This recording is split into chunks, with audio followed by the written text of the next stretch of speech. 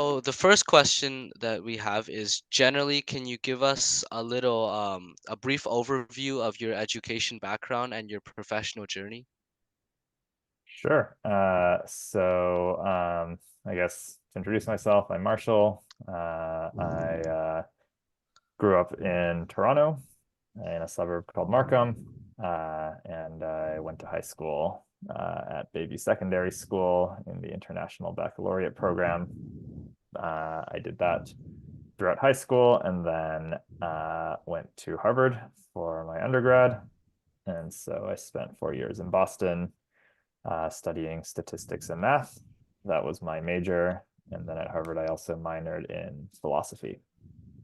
Um, I was pretty interested in finance, and especially the more mathematical side of finance. And so after I graduated, I went to work at a hedge fund called D.E. Shaw.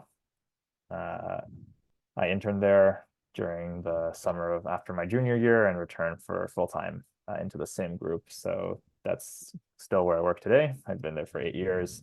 And at D Shaw, I work in the discretionary macro trading group.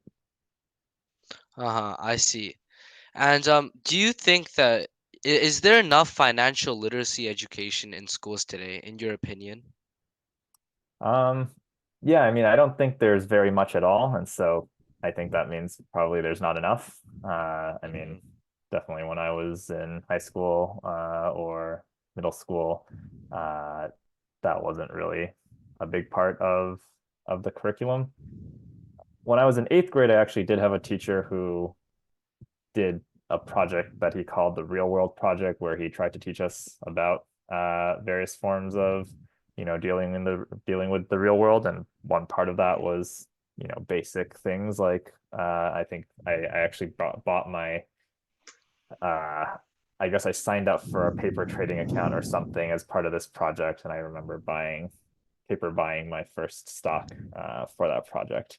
And so there Uh-huh. was a little bit of that, but I think he was a pretty unique teacher, and I don't think most teachers, even at the school, did a project like that. So I thought it was a pretty valuable experience that one project, and yeah, definitely think we could see more of that in general for broader education. Hmm. And how do you perceive the importance of financial literacy as a skill in today's society? Yeah, I mean, it's obviously really important. Obviously, for people in finance like me, that's something we do all day, every day. But even if you're not in the financial industry, you know, everyone deals with money at some point in their life, Yeah. whether it's you have a job and you get a paycheck, or it's, you're looking to buy a new house or looking to buy a car. All of these things sort of involve money at some level. And so being able to understand, you know, how to make good decisions with your money and how Yeah. to invest and make good personal financial decisions is, I think, something that basically everybody will have to do at some point in their life. And it's, of course, a really important thing that people will have to figure out how to do correctly, ideally. Hmm. And we obviously just shared with us a very interesting small story about your experience with financial literacy, like the school project. We're wondering if there is a specific piece of maybe financial literacy advice or guidance that you maybe wish you had received a little earlier. Yeah. Uh, I guess I guess one thing is I guess a lot of people don't appreciate that it actually turns out that, especially when it comes to investing, that it's very, very hard to beat the market. Um, I think when people think about financial literacy and personal investing, they'll often think about, oh, what stocks should I buy, or what stocks are going to go up more than other stocks. And it turns out that's actually just a really hard thing to do, to pick which stocks are going to go up more than other stocks. And I think a lot of people uh, could do really well by sort of thinking about the long term and investing their money in maybe some sort of diversified index fund. that holds all of the stocks, and so you don't really have to worry about which stocks are going to go up more than others. And instead of, I guess, thinking about spending one's energy thinking about those kinds of things, one can spend energy thinking about um, the things that they enjoy or that they care about, or if they have a certain job or a certain um, thing they're interested in studying, to focus on that, as opposed to necessarily focusing on picking what stocks are going to go up. And I think that's something that maybe is a common misconception when people start thinking about personal finances. It's all about how to pick the right stocks, and I think rather it's really about having good frameworks for thinking about long-term investment, and um, how to think, I guess, for the long-term future, and how to make the most of your money. It sounds really great. And what do you think, if there is a particularly like important aspect of financial literacy that you think that youth should maybe focus on prioritizing? Yeah, I think probably it's getting educated about the topic. I think because it's a topic that everyone kind of deals with at one point or another in their lives, I think everyone kind of has an opinion about it, but not every opinion is necessarily kind of the right opinion. And so it's kind of important for people to spend time kind of educating themselves and understanding sort of what the right way to think about these things is from their own perspective. It's kind of like, I don't know, everyone at some point also deals with healthcare, right? We all get sick sometimes, and there's one approach which is, well, when you get sick or when I get sick, like we kind of maybe have our own guesses at what might make us better or how we can treat our sickness. Um, and because everyone gets sick, they may have at various points in their lives formed some opinion about what is good to do when you're sick and what's not good to do when you're sick. But really, on some level, like, the best thing to do when you're sick is to go to the doctor. And the doctor has spent a long time learning about, what the right things to do when you're sick are and what the wrong things to do when you're sick are. And that's based on a lot of research and a lot of, evidence-based analysis.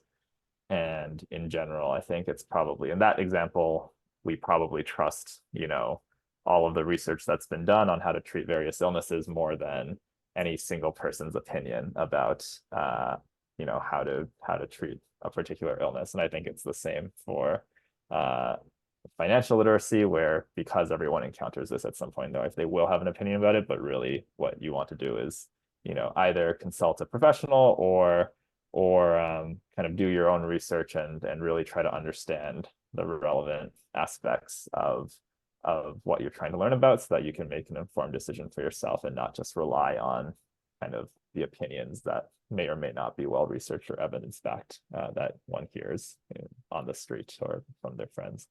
Yeah. And while you were kind of, I guess, like developing your interest in like investment or things like this, did you find any like resources that you found like helpful in learning and just yeah, getting more exposed to like financial literacy? Sure, yeah. Yeah, so I guess I can recommend, there are some books that are pretty good. I'd say I think a book that was pretty important for me, sort of in my early time thinking about investing, was a book called A Random Walk Down Wall Street. So it's written, I think, by maybe a professor. His name is Burton Malkiel. Uh, and his sort of whole point is kind of something I was saying earlier, which is that it turns out that it's really, really hard to quote unquote beat the stock market. It's and he gives, again, a lot of evidence-backed research on why that should be the case. And I think throughout the book, he makes a pretty convincing and research-backed argument that that's the case. And really, the best sort of personal investing advice that really anyone, I think, can take is that investing your money in a broad-based index of stocks is likely to be much better than in terms of financial performance than attempting to beat the market on your own. So that was definitely a pretty important part of my education in finance, I'd say. I think there's an interesting thing where like as you talk to people that are increasingly professional in the field, uh, their belief in their own ability to quote unquote beat the market basically falls as they get more involved. So, often it'll be the case that people that don't have a lot of professional investing experience sort of think that they can beat the market and pick stocks and so on. And most of the time, if you ask professional investors, they'll kind of, at least for their personal account, kind of say, I don't really know. I kind of just buy the S&P 500 or something like that. And that's certainly the case for me. Almost all my investments are kind of just the most boring possible thing, which is to buy a bunch of index funds. And people that I work with share a similar thought. So it's kind of an interesting. I think you see this in many fields where the more you know, the more you realize, the more you don't know, and that's the case in academia, but also certainly in this field. And so, yeah, I think that book was pretty formative for me. And just going back to maybe your experiences when you were like younger, Angela, do you want to? Sure. So we noticed that you had like quite a lot of like impressive STEM achievements in high school, but what exactly motivated your transition from STEM to like investment? Yeah, so like you said, in high school I was pretty focused on um, biology research, computational biology research. So I was working on a project that involved simulating the interactions of different drug compounds with different proteins that cause a certain disease. And I thought this was really interesting. I think for me, the most interesting part of it was probably less the kind of biological aspects of that project, but more the idea that you could use computers to do these sorts of simulations and learn something about the real world through math and through statistics and through in that case also some amount of physics. And so for me, I think even though technically the project was a biology project, really it was interesting because it was the computational part of it was the exciting part for me. Both parts were exciting, but probably relatively more the computational part was exciting. And so when I went to college, I was pretty interested in studying some sort of math or statistics or computer science. And then I guess the question is, well, how did I go from math and statistics and computer science to finance? I'd say it was actually a pretty natural transition in that, even today in my job, I feel like I use my math and statistics and computer science skills kind of all the time, every day. I think so. There are obviously finance is quite a large field, and there are many jobs and careers within finance. So, like I said, I work at a hedge fund. I'm a bond trader, and I work in our macro investing group. And I would say that basically all day I spend doing various things related to math and thinking about probability and thinking about statistics. And one thing that I really enjoy about the field is that there are many other careers that also involve this sort of mathy, statistics-y type of thinking.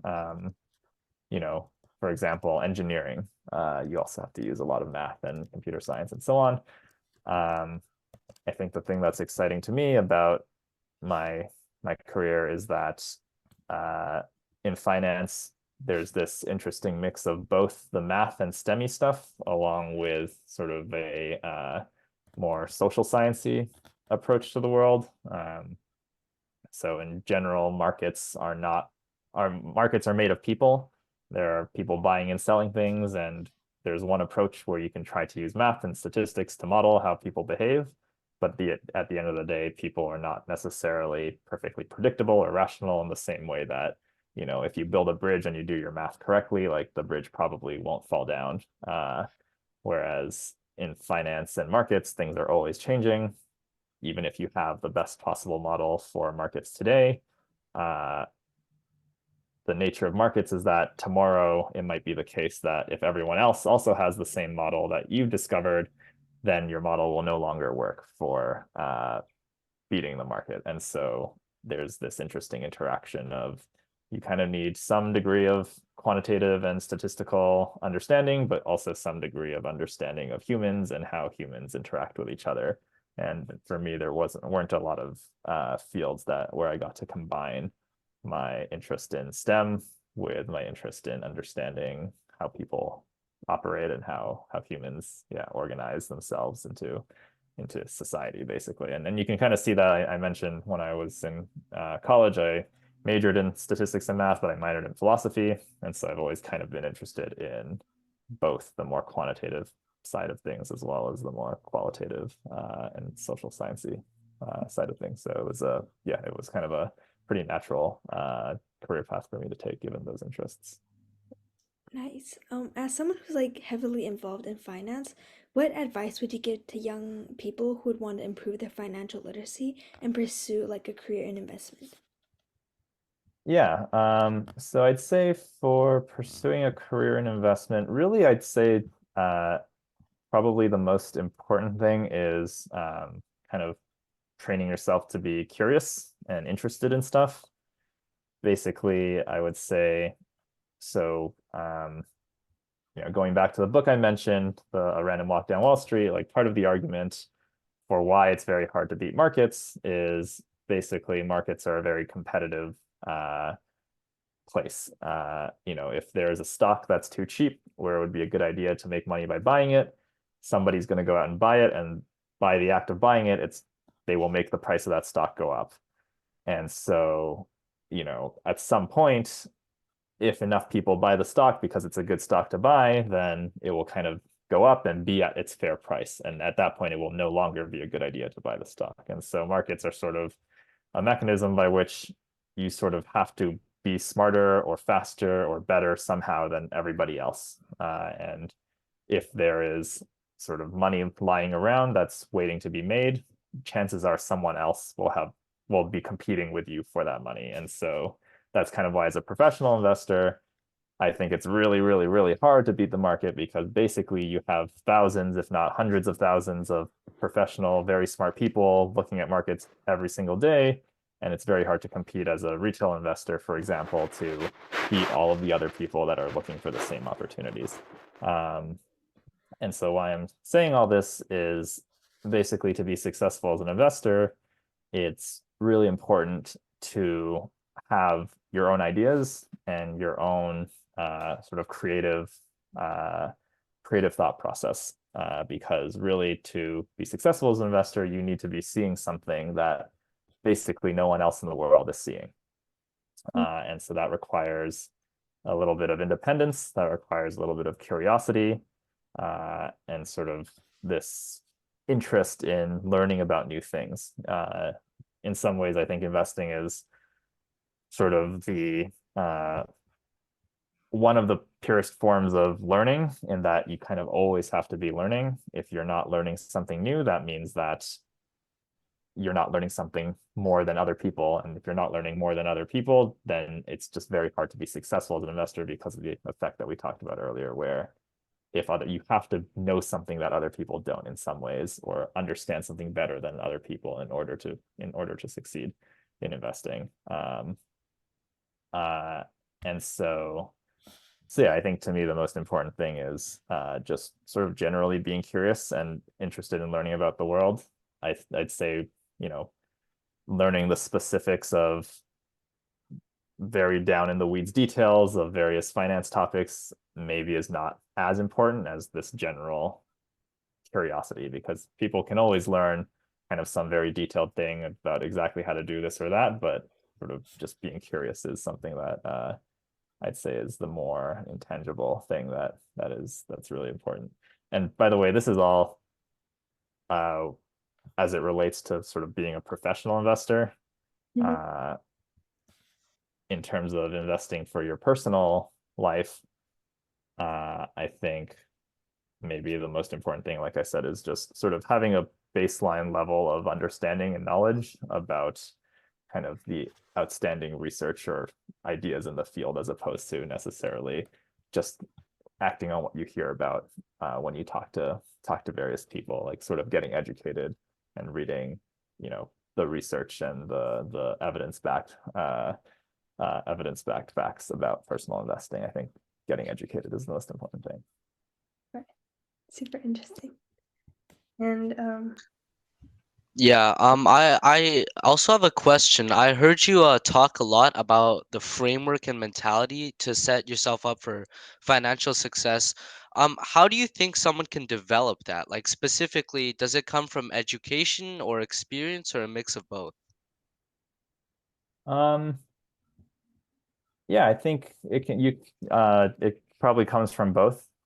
So, from education, certainly it can come from, you know, kind of discovering what you're interested in learning about, and getting exposed to different fields. I think oftentimes there are, for example, a few days ago, I met someone who originally started off as a pharmacy student, and they were really interested in learning about, becoming a pharmacist. And at some point, they realized that being a pharmacist wasn't for them, and they ended up working as a biotech investor because they had some baseline level of understanding of how different drugs were developed and so on, and that helped them invest in biotech stocks. And so, that was an example of that person wasn't necessarily from the start interested in finance and wasn't necessarily interested in investing, but was just really interested in pharmacy, and was able to convert that expertise and curiosity into a career in finance later on. And so I think the education part of it is sort of, you know, uh, going through and figuring out through your schooling, like what are the things that interest you and excite you. And then the experience part of it too, like there is, and on some level, there is no substitute for experience, and trying a little bit and getting involved and reading and getting integrated into what the existing frameworks are for investing, is a good way to see if this is something that you're actually interested in. So, like for example, at Harvard, I was in a finance club where we tried to invest in our own portfolio, on behalf of certain investors that invested into that club. And so that was a really good experience. So, going to what I said before, it turns out it's really hard. Like I don't think we did particularly well, or we like made some money, but I think probably it was pretty lucky. But it was a good experience in that, I realized, oh, this is like an interesting thing. And even though we were just college students, and so I really do think we had very little chance of competing with the market, given how many professionals there are out there. It was a good experience to at least learn about how the process might look and whether this is something that I would actually enjoy doing at some point in the future. And so the experience part of it is also, yeah, definitely important. yeah. And I think that's what like Financial does too. We provide like information, but we also want to give resource to youth out there to go and maybe develop their own skills through experience, like you said. And I think that's super important as well. And I think to end off our interview today, we're wondering if you can give like one quote or one piece of financial advice for youth. Sure, I'd say maybe something like, uh, don't underestimate the power of compounding. So, we kind of know that if you get paid 10% interest or something on your money, after 1 year, you have on $100, you'll have $10. But then after another year, you'll get paid $11 of interest. And if you run that for 30 years, at the end of 30 years, you're actually going to end up with way more than 30 times $10 of interest because of this compounding effect. And I think this is applicable not just to money, but to like many things in life. Like, you know, when you're going through your education, at first you're kind of learning how to like add one number to another number, and that kind of feels like a basic kind of thing, but soon you're able to build on that. And as you learn more and more, your learning curve doesn't increase linearly, it kind of increases exponentially.